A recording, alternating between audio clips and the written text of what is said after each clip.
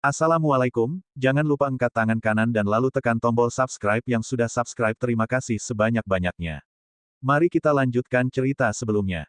Bab 1283.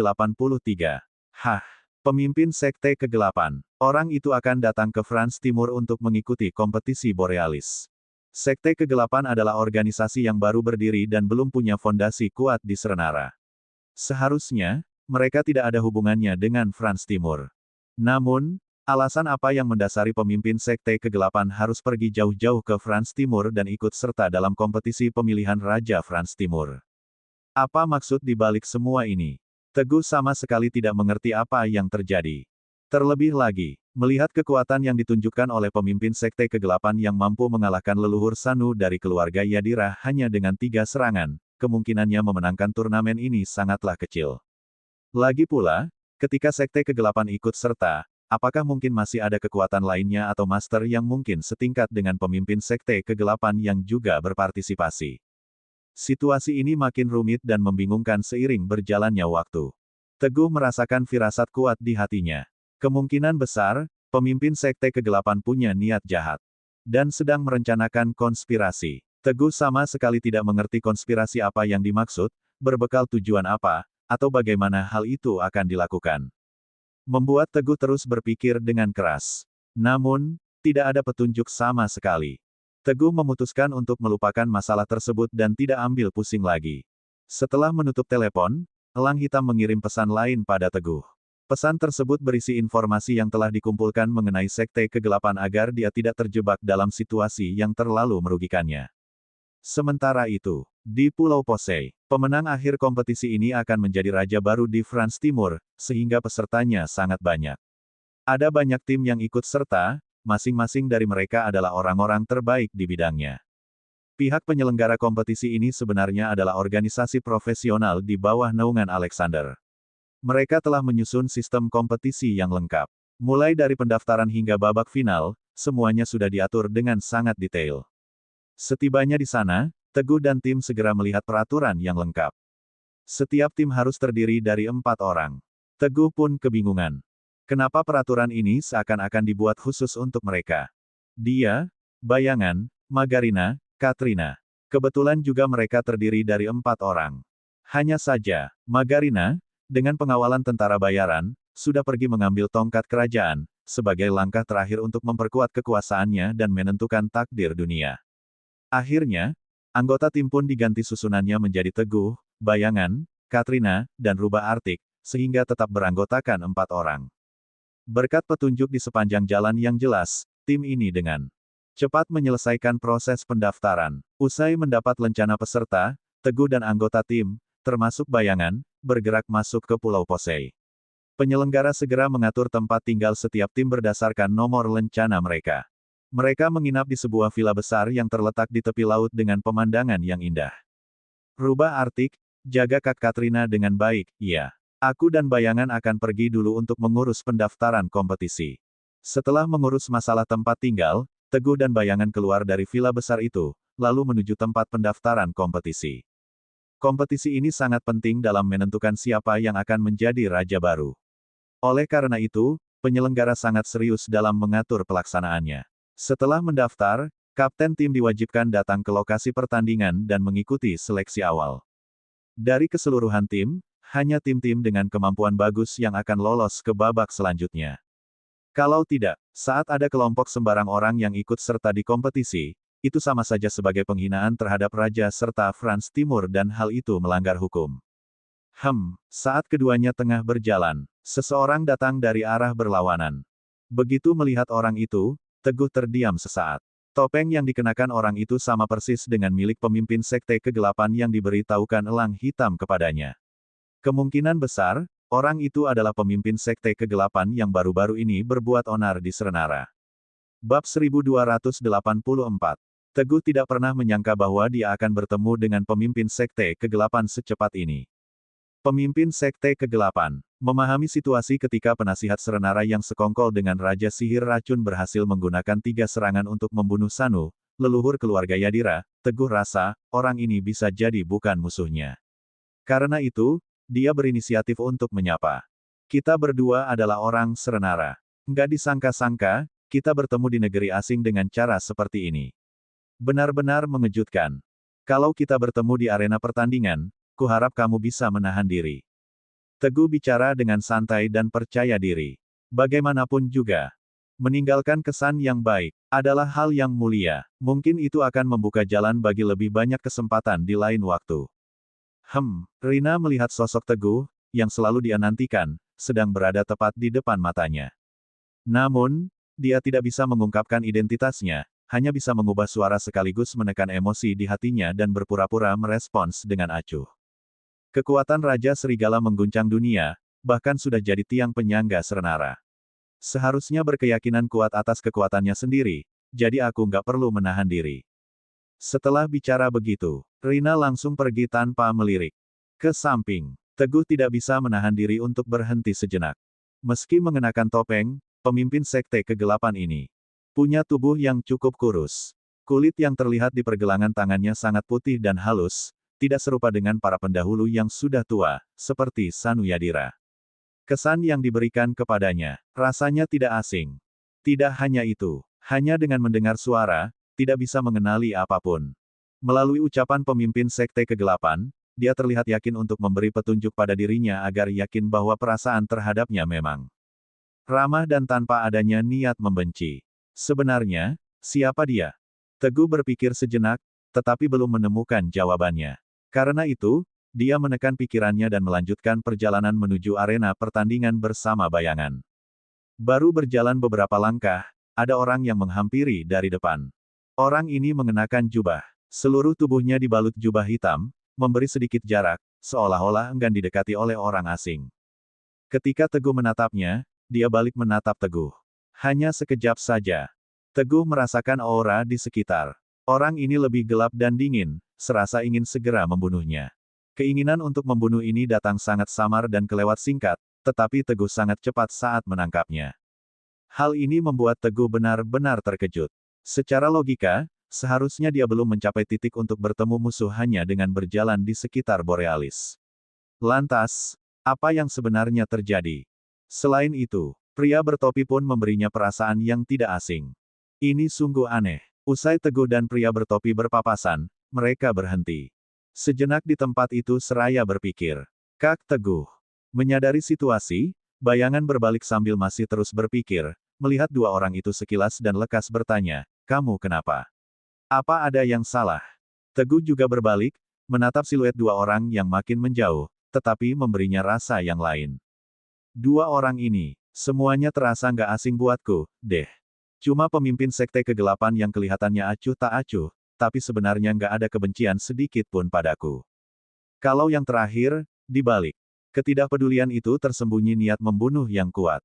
Teguh sulit untuk menjelaskannya. Ini, bayangan juga tidak bisa menjelaskan apa-apa, jadi dia hanya kembali bertanya, Kak Teguh, kalau menurutmu, pemimpin sekte kegelapan itu mungkin bukan musuh kita, justru si pria bertopi yang kemungkinan besar adalah musuh kita, ya. Benar, Teguh mengangguk dan kembali angkat bicara, tapi, aku juga nggak bisa kasih penjelasan kenapa hal ini bisa terjadi. Bab 1285. Pria itu pun hanya menggeleng. Teguh tidak berpikir lebih jauh lagi dan datang bersama bayangan ke tempat pendaftaran pertandingan. Tunjukkan kekuatanmu. Setelah Teguh menyerahkan kartu pendaftaran tim, karyawan itu hanya memberi perintah dengan nada dingin tanpa mengangkat kepalanya sedikitpun. Tanpa ragu, Teguh menunjukkan kekuatan alam kaisar kultivasi miliknya dengan santai. Sudah. Setelah melihatnya, karyawan itu menyerahkan kualifikasi untuk babak utama pada Teguh dan mengisyaratkannya untuk pergi. Kemudian, Teguh dan bayangan kembali ke villa. Dua orang yang ditemuinya berturut-turut, menjadikan Teguh merasa sangat tertekan. Usai kembali, dia pun mulai bermeditasi. Sehari terlewati tanpa kegiatan. Di sisi lain, akhirnya, malam pun tiba. Di pulau-pulau sekitaran Pulau Posei, ada satu rumah kecil yang masih menyala lampunya. Yang orang luar kira, ini merupakan markas kerja yang diatur oleh penyelenggara. Sebenarnya, saat ini, Lloyd, Alexander, Richard, dan tiga orang asing berada di dalam ruangan keitim. Mereka bertiga adalah ahli yang dikirim oleh keluarga. Bersama Alexander, mereka membentuk tim peserta. Lloyd sedang duduk bersila sembari terpejam untuk beristirahat. Alexander adalah orang yang mengatur segalanya. Ingatlah, di pertandingan besok, kita harus berpikir panjang dan jangan terlibat pertengkaran yang nggak penting dengan orang lain. Kita cuma perlu diam-diam menyaksikan dari samping dan nggak boleh segampang itu untuk ikut campur. Nggak peduli gimana gencarnya orang lain memprovokasi atau bersikap sombong, pokoknya jangan dipedulikan. Setelah melakukan pembantaian, orang-orang Raja Sihir Racun pasti akan mendominasi. Ketika nggak ada yang berani menghasut kita, kita akan tampil dan mengalahkan orang-orang Raja Sihir Racun. Aku sudah diskusi dengan Raja Sihir Racun dan mereka akan berpura-pura kalah melawan kita. Dengan begitu, tahta akan jatuh secara sah ke tangan kita, tegas Alexander dalam kata-katanya. Tahta, meski Alexander sudah menjadi penguasa sebenarnya di Franz Timur, tetapi posisi kerajaan yang diperolehnya seperti ini tetap dianggap sah dan tidak akan mendapat kecaman. Ayah, Richard langsung merasa sangat bersemangat dalam hatinya. Setelah sang ayah naik tahta, dia akan jadi pewaris tahta, raja masa depan Franz Timur. Alexander menahan kegembiraannya sambil bertanya, akan ada kejadian gak terduga di tempat Raja Sihir Racun atau enggak, ya karena notabene-nya adalah orang Serenara. Alexander melemparkan sorot mata dingin kepadanya. Tetua sudah bekerja sama dengan Raja Sihir Racun, apakah kamu meragukan Tetua? Balasnya balik bertanya. Kerja sama antara Lloyd dan Raja Sihir Racun sangat sederhana. Raja Sihir Racun membantu Alexander naik tahta dan melawan Pak Yuda. Kemudian, Lloyd menyerahkan seluruh jasad Master yang tewas di Borealis pada Raja Sihir Racun untuk dijadikan tentara legendaris dan Raja Tentara Legendaris. Lalu, kedua belah pihak mengambil apa yang mereka butuhkan. Sungguh kerja sama yang saling menguntungkan. Nggak berani. Richard mencicit saat menjawab sambil menundukkan kepalanya. Kalian semua nggak merasa ragu, kan? Lantas, Alexander melihat ke arah tiga ahli. Tiga ahli langsung berseru sama-sama, nggak sama sekali. Kok, baik, tampak kilatan semangat dalam mata Alexander seraya berseru, jadi, besok kita akan bertindak sesuai rencana. Benar, untuk Raja Serigala Serenara. Alexander menambahkan, Paus Sandiagra dari gereja Sunzara akan mengirim ahli untuk menyerang dia. Nggak akan banyak masalah yang ditimbulkan olehnya. Jadi, kalau semuanya gagal, Raja Sihir Racun yang akan turun tangan. Kalian nggak perlu repot-repot berurusan sama dia, pungkasnya. Ketika Richard mendengar pernyataan ini, ekspresinya tampak riang sekaligus kejam.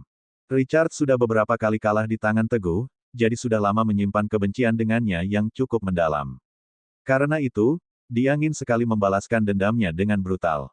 Bab 1286. Alexander merasa cemas akan hal-hal buruk, sehingga dia sengaja menjelaskannya. Akhirnya, pada saat yang genting seperti ini, kesalahan kecil pun dapat memberi efek kupu-kupu seraya mengarahkan pada akhir yang tidak terkendali. Ini bukan dampak yang diharapkan oleh Alexander. Saat mereka sedang berdiskusi dengan semangat membara. Di bawah pohon besar dengan jarak 10 langkah kurang dari pondok kecil. Rina bersembunyi dalam bayangan, sehingga sulit bagi orang biasa untuk menyadarinya. Kemampuan alam bela diri suci di tingkat alam bela diri suci membuatnya mendengar semua perkataan orang dengan jelas. Gereja Sunzara, di bawah pimpinan Raja Sihir Racun. Semua orang tentu akan menyerang Teguh. Mendengar berita ini, raut wajah Rina menjadi biru karena murka. Duar, hasrat membunuh yang tak kasat. Mata sontak memicu perubahan yang terlihat. Hanya dalam sekejap, hasrat tersebut menyebar ke seluruh arena pertandingan, bahkan angin kencang hampir saja terasa. Di pondok kecil, Lloyd yang sedang terpejam untuk beristirahat, sontak membuka mata dan keluar melalui jendela, lalu berlari langsung menuju bawah pohon di mana Rina bersembunyi. Rina sadar, mungkin dia akan ketahuan ketika dirinya keluar. Jadi, dia hanya bisa mengurungkan niat membunuhnya, kemudian meluncur beberapa kali bagai bayangan yang melintas. Lantas, menghilang di tengah malam. Tanpa meninggalkan jejak apapun. Ini, Lloyd datang ke bawah pohon besar dan tidak mendapati apapun. Lalu, dia mencari-cari di sekitarnya dan tetap tidak menemukan target apapun yang membuatnya kebingungan. Tetua, apa yang terjadi? Alexander dan sekelompok orang lainnya terkejut ketika melihat gerak-geriknya. Mereka semua ikut serta keluar untuk menyaksikan yang terjadi. Masuk dulu, baru bicara. Lloyd berkata dengan raut wajah dingin sambil memasuki ruangan pertama kali. Alexander dan orang-orang di sampingnya saling tatap, tetapi mereka juga memasuki rumah. Lantas, Alexander melihat-lihat sekeliling sebelum menutup pintu. Tetua. Kemudian, Alexander kembali menatap Lloyd penuh curiga. Wajah Lloyd tampaknya tak begitu bagus. Dia berkata dengan suara rendah, aku baru saja merasakan hasrat membunuh dan segera mengejarnya, tapi nggak bertemu titik yang mencurigakan dan nggak melihat petunjuk apapun. Alexander makin kebingungan. Karena itu, Alexander pun berpikir sejenak sebelum menghibur, Tetua, dengan kekuatanmu, hanya butuh waktu kurang dari setengah detik untuk keluar dari posisi tadi. Nggak peduli apakah itu di benua Eronia, Raja Sihir Racun dari Serenara, ataupun Pak Yuda dan lainnya, mungkin nggak bisa menghilang tanpa jejak dalam sekejap hingga kamu nggak menyadarinya. Seharusnya, ini disebabkan rasa lelah berlebih dalam menjalankan rencana besar keluarga baru-baru ini. Jangan khawatir, mestinya nggak masalah, jadi cukuplah beristirahat. Lloyd berpikir sejenak, memang begitulah adanya. Kemudian, dia merasa tenang seraya melanjutkan pemulihannya. Hampir pada saat yang sama. Huh. Berlokasi di sudut tersembunyi, Pulau Borealis. Dua orang tua itu menghela napas panjang. Ini adalah Pak Yuda dan Iblis Civan. Untung masih selamat. Pak Yuda menatap ke arah kedatangan mereka, wajahnya tampak serius. Kalau bukan karena aku yang punya proses kultivasi untuk menyembunyikan aura yang ditinggalkan oleh tuanku, pasti kita berdua sudah tertangkap basah oleh pemimpin Sekte Kegelapan. Pemimpin Sekte Kegelapan ini, sebelumnya nggak pernah mendengar orang seperti ini, tapi tiba-tiba hadir di Serenara dengan kekuatan yang begitu hebat, bahkan mungkin sudah menjadi orang terkuat di Pulau Borealis. Sungguh luar biasa. Baru saja keduanya datang dengan tujuan yang sama, yakni ingin mencari tahu rencana keluarga Alexander dalam kompetisi besar ini, tetapi mereka bertemu dengan Rina yang kabur dari pusat. Jika tidak menghindar tepat waktu, mereka hampir tertangkap basah. Iblis Civan juga bicara dengan wajah takut, pemimpin Sekte Kegelapan ini memang sangat aneh. Tapi, bab 1287. Jika pemimpin Sekte Kegelapan berusaha merugikan Teguh, kita berdua bisa bekerja sama untuk menghadapinya. Hanya saja, kita juga harus membayar harga yang nggak sedikit untuk bisa menghilangkannya. Kalau sudah begitu, akan sulit untuk bersaing dengan para ahli lain di tim Eronia. Aku bisa merasakannya. Di papan peringkat pahlawan dari benua Eronia, ketiga orang tua iblis itu sedang bersembunyi. Pak Yuda dan pemikirannya bekerja hampir sama karena tak bisa menahan diri untuk mengeluh. Semoga pemimpin misterius dari Sekte Kegelapan ini bukanlah musuh kita, harapnya. Kalau tidak, ini sulit dilakukan. Sementara itu, di kawasan villa, Rina kembali ke markas Sekte Kegelapan. Nona, Manggala Naga segera mendekat dan bertanya, bagaimana keadaannya? Wajah cantik Rina terlihat dingin, suaranya juga terdengar sangat dingin. Pihak penyelenggara punya rencana jahat. Mereka sudah bersekongkol dengan Raja Sihir Racun untuk naik ke tahta terakhir. Selain itu, Alexander juga berhasil membujuk Paus Sandiagra dan Raja Sihir Racun. Keduanya akan menyerang suamiku dalam kompetisi, mencoba terang-terangan untuk membunuhnya. Setelah mengucapkan kalimat terakhir, Manggala Naga bisa merasakan kecantikan sang nona tersembunyi di balik niat jahat yang mengerikan. Tanpa sadar, Manggala Naga merasa gemetar hingga bertanya dengan hati-hati, Nona, bagaimana tindakan Sekte Kegelapan besok? Mohon sampaikan dengan jelas. Rina memerintahkan, besok, Sekte Kegelapan jangan bertindak asal-asalan dan masuklah ke kuil terakhir Borealis sambil menyembunyikan identitas.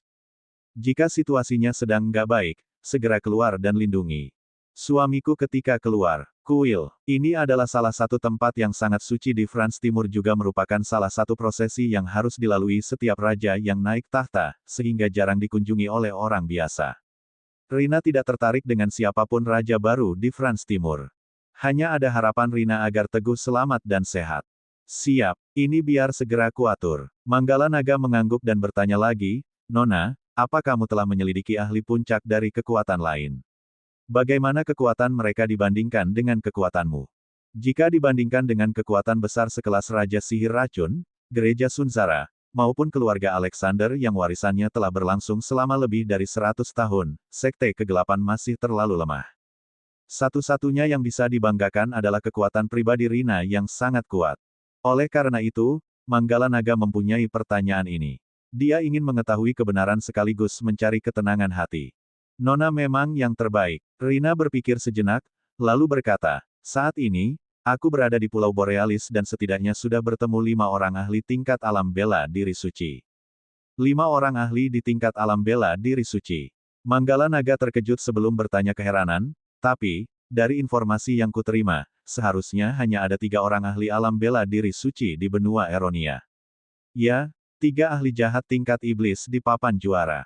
Rina yang agak terkejut pun balik bertanya, apa yang dimaksud daftar pahlawan, lalu apa juga tingkat iblis B? Manggala Naga segera menjelaskan, di benua Eronia, semua orang sangat mengagumi pahlawan, sehingga daftar pahlawan dibuat berdasarkan kekuatan para ahli. Di antara mereka terbagi menjadi ahli iblis, ahli tuan, dan ahli prajurit. Tingkat iblis adalah yang tertinggi. Di tingkat teratas adalah 3 orang yang sejajar. Mereka nggak pernah bertarung satu sama lain, sehingga nggak ada yang lebih baik dari yang lain. 3 orang ini merupakan Paus Sandiagra dari gereja Sunsara, Alexander sebagai pendiri keluarga Alexander, dan Lloyd si kesatria pembunuh naga yang sangat misterius. Mereka bertiga di benua Eronia dikenal juga sebagai ahli tingkat S yang setara dengan alam bela diri suci di Serenara, sedangkan tingkat A setara dengan alam bela diri dewa, dan seterusnya. Rina tidak memikirkan mereka. Dilihat dari profil singkatnya. 3 orang ini bukanlah lawan Rina. Bab 1288. Nggak peduli mereka tingkat iblis atau tingkat anjing jahat.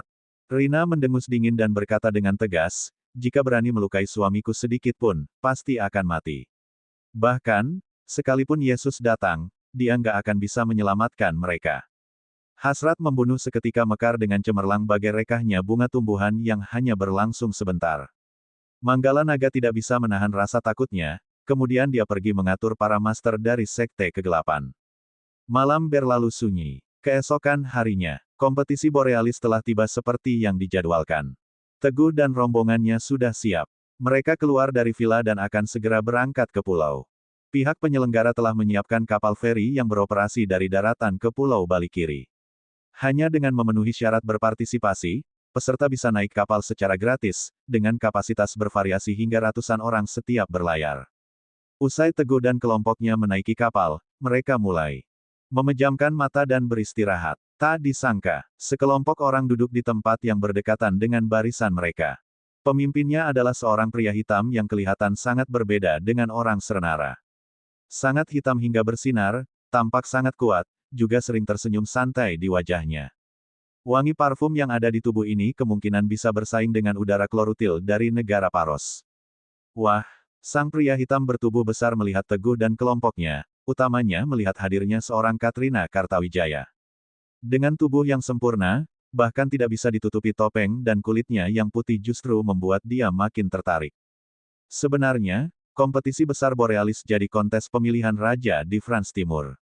Tapi, apakah kalian, orang Serenara, yang sejauh ribuan mil itu bisa ikut mencium baunya? Hidung ini memang lebih tajam daripada seekor anjing. Dia bernama Dani, seorang master tingkat pahlawan di papan kehormatan, dengan kekuatan tingkat B yang setara dengan tahap awal alam kaisar kultivasi Serenara. Di antara orang-orang biasa, dia sudah dianggap sebagai master di antara master lain, tetapi dalam kompetisi ini, dia sama sekali tidak cukup bagus. Dani juga tahu mengenai hal ini. Karena itu, datangnya dia untuk berpartisipasi hanya sebagai cara menunjukkan kehadirannya. Setelah melihat Teguh dan 2 orang lainnya, dia langsung berubah pikiran dan ingin menarik perhatian dengan provokasi, lalu mengalahkan Teguh dan yang lainnya.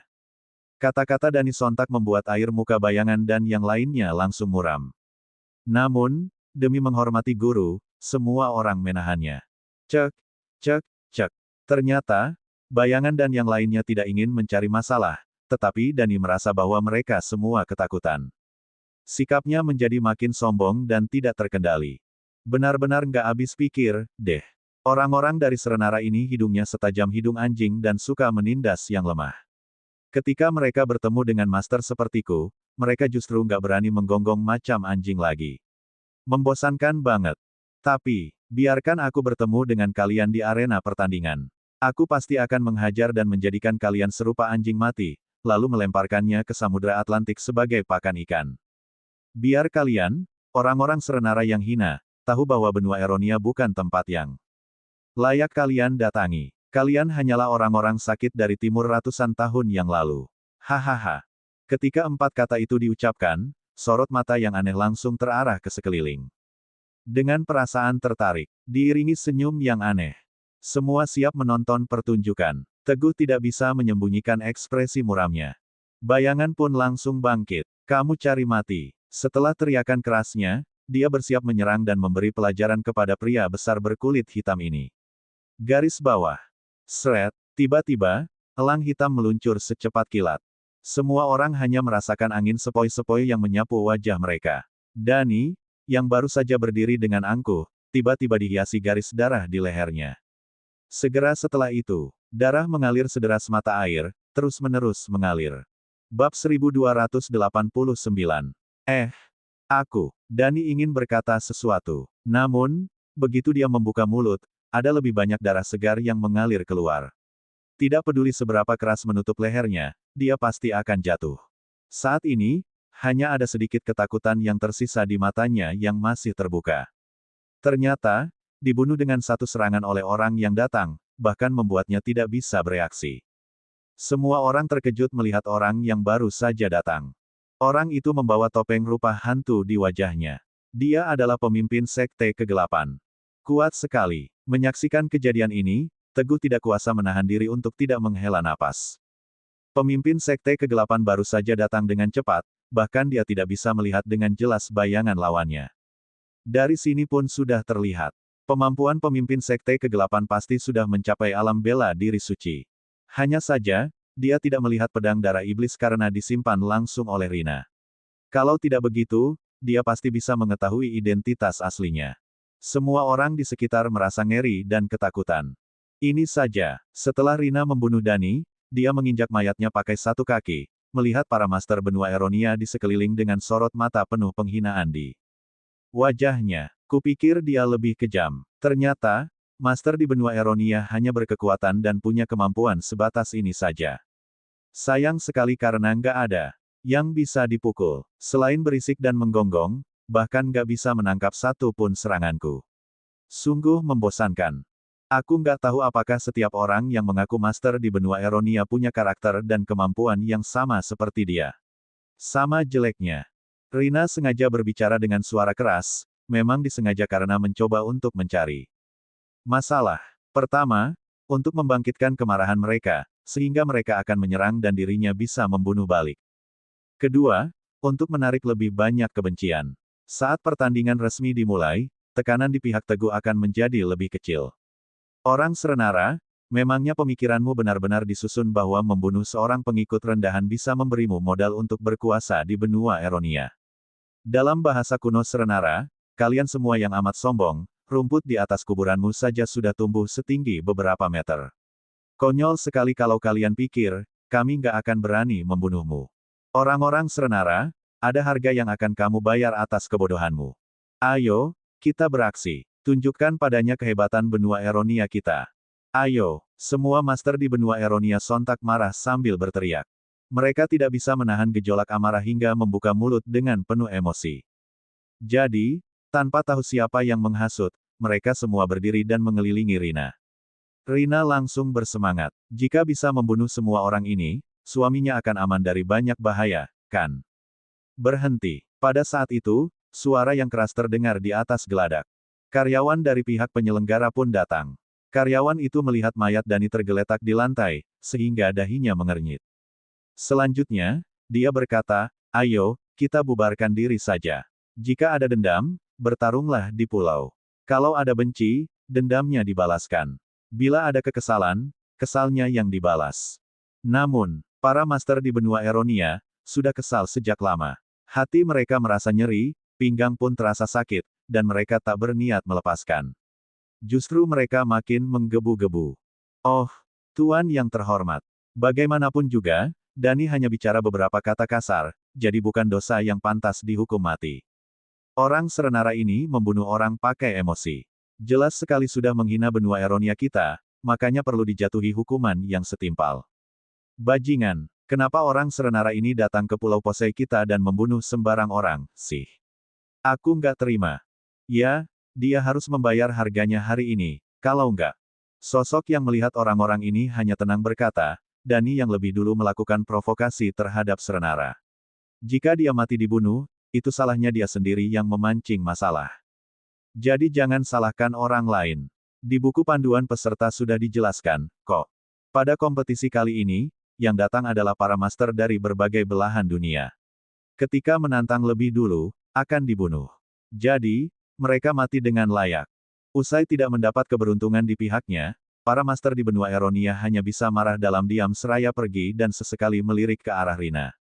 Setelah semua orang kembali ke tempatnya, Teguh berdiri dan berinisiatif untuk mendekati pemimpin Sekte Kegelapan. Pemimpin sektor, terima kasih karena sudah berani membantu. Di luar sana, memang lebih baik memiliki banyak teman dan banyak jalan. Bab 1290. Sambil bicara, Teguh mengulurkan tangan kanan sebagai isyarat. Baginya, selama berjuang untuk Serenara dan rakyat Serenara, mereka adalah orang yang pantas untuk dijadikan teman. Rina menangkup rasa panas di matanya yang melintas juga di wajahnya, lalu berkata acuh tak acuh, aku hanya nggak suka dengan angkuhnya, jangan berlebihan. Setelah selesai berbicara, Rina langsung pergi. Sementara itu, tangan yang diulurkan Teguh, dia tidak melihatnya sama sekali. Rina takut ketika melihatnya, dia tidak bisa menahan diri untuk mengulurkan tangan dan berjabat dengannya, kemudian tertangkap basah olehnya. Teguh hanya tersenyum getir. Bayangan tidak bisa melihat lagi. Dia menggerutu, Kak Teguh, pemimpin Sekte Kegelapan ini benar-benar sombong, bahkan nggak menghiraukanmu.